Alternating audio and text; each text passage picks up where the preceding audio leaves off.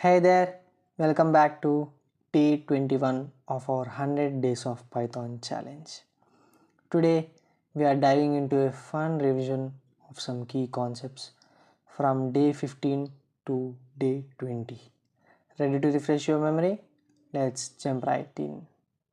Day 15 Python list. First up, let's talk about Python list. Lists are ordered changeable collections that can hold duplicate items. They are super handy for storing related data. You can easily access items by their index, modify them, and use methods like append, remove, and pop to keep your data organized. In day 16, next we have covered Python tuples. Think of tuples as ordered collections just like list, but there is the catch, they are immutable. Once you create a tuple, you can't change it. You can still access elements by index, but you won't able to modify or delete them.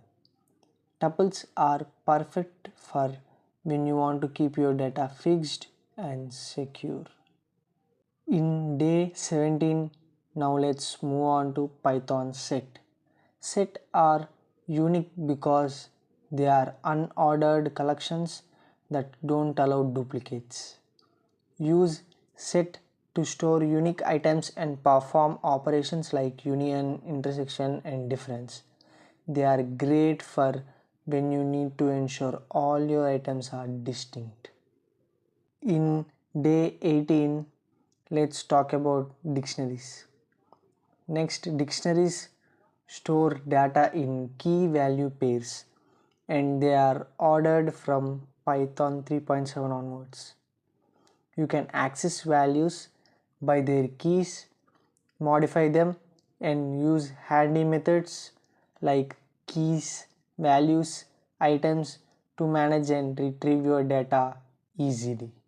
In day 19, so far we covered Python Lambda. Now let's dive into Lambda functions.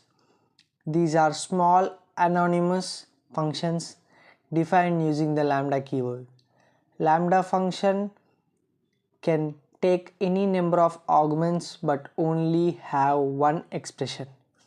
They are super useful for short-term throwaway functions when you need something very quick. Day 20. Finally, let's wrap up Python arrays. It's important to note that Python doesn't have built-in arrays, but list can serve that purpose.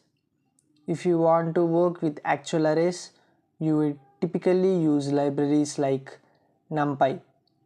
List can store multiple values and you can manage them using methods like append method, pop method, remove method, and so on. They are versatile and powerful. And that's a wrap on our revision. We covered so far list, tuple, set, dictionary, function, lambda function, arrays, and that's it.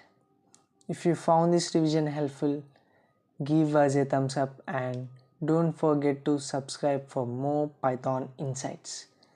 I will see you next time tomorrow. Happy coding.